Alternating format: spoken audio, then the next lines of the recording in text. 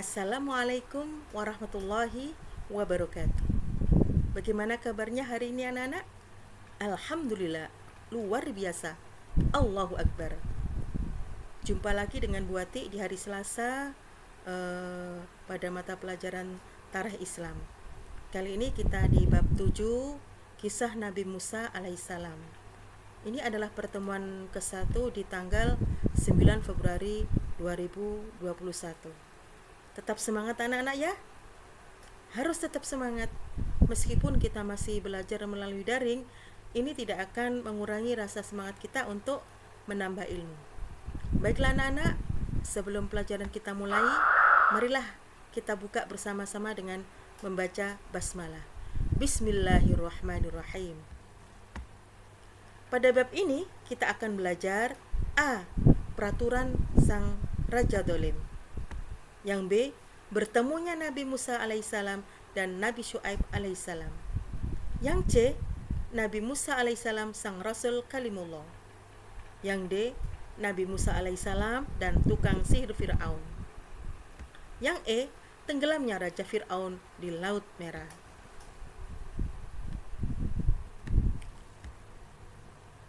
Pertama ini yang A, peraturan sang Raja Dolim. Nah, sebelum Nabi Musa lahir, Mesir dipimpin oleh seorang raja yang sombong dan menganggap dirinya sebagai Tuhan.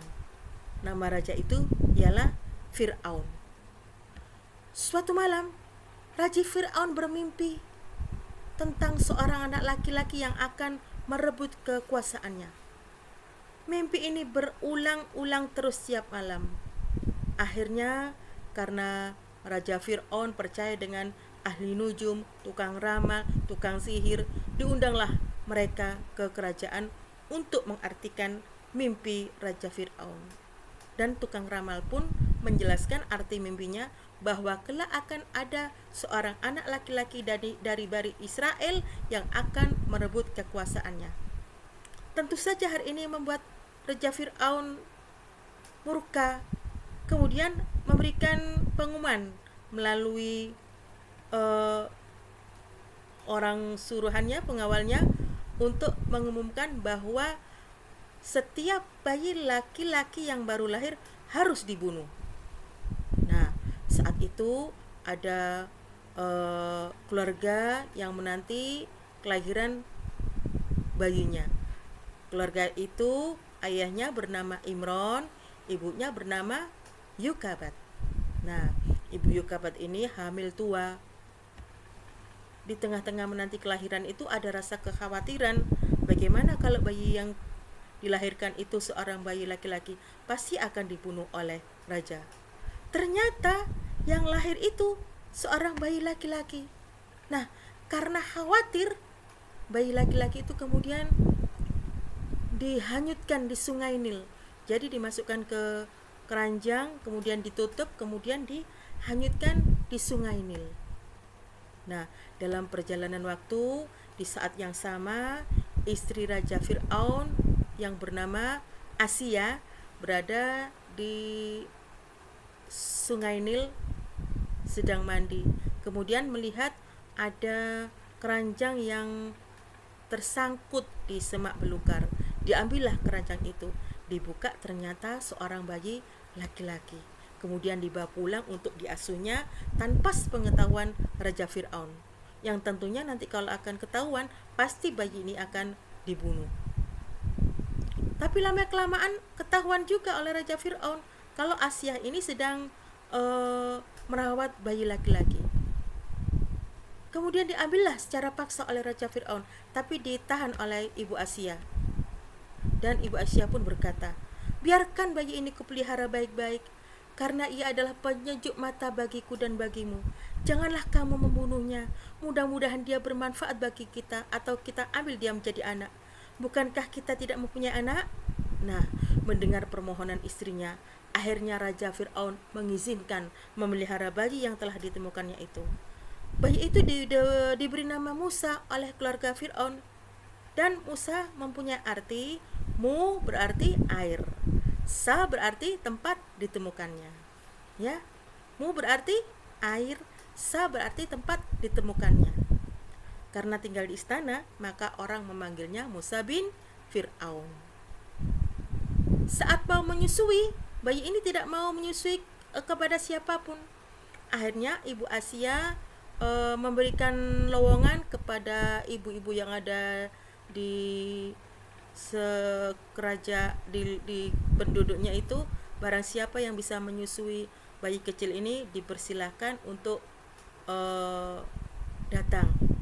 Berita ini didengar oleh Ibu Yukabat. Akhirnya Ibu Yukabat melamar menjadi tukang susu yang memang adalah putranya sendiri, si Musa kecil.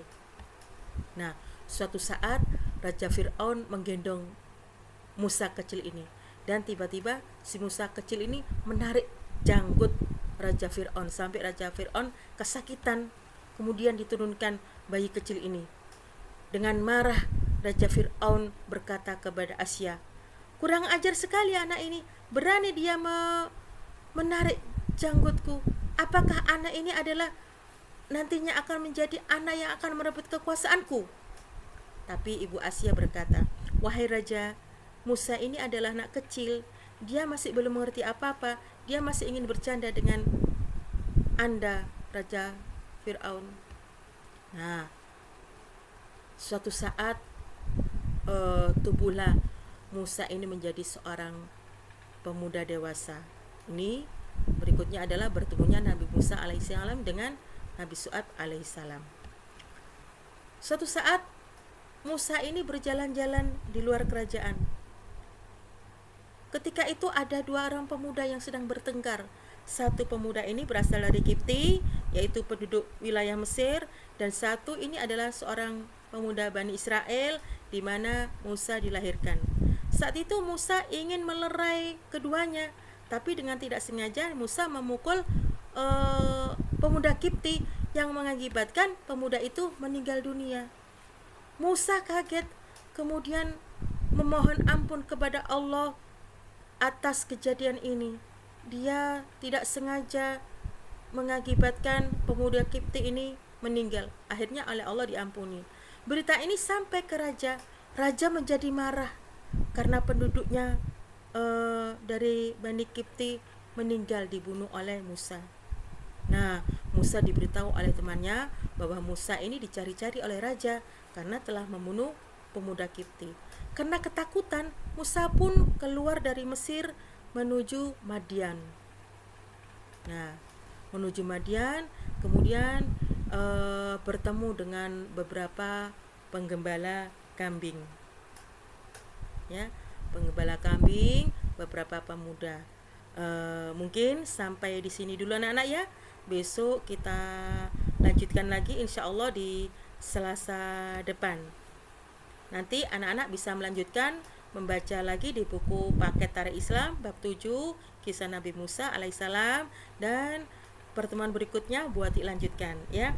Jangan lupa anak-anak selalu jaga kesehatan, jaga sholat 5 waktu, dan tetap di rumah saja. Akhirnya buat diakhiri, nasrun minallah, wassalamualaikum warahmatullahi wabarakatuh.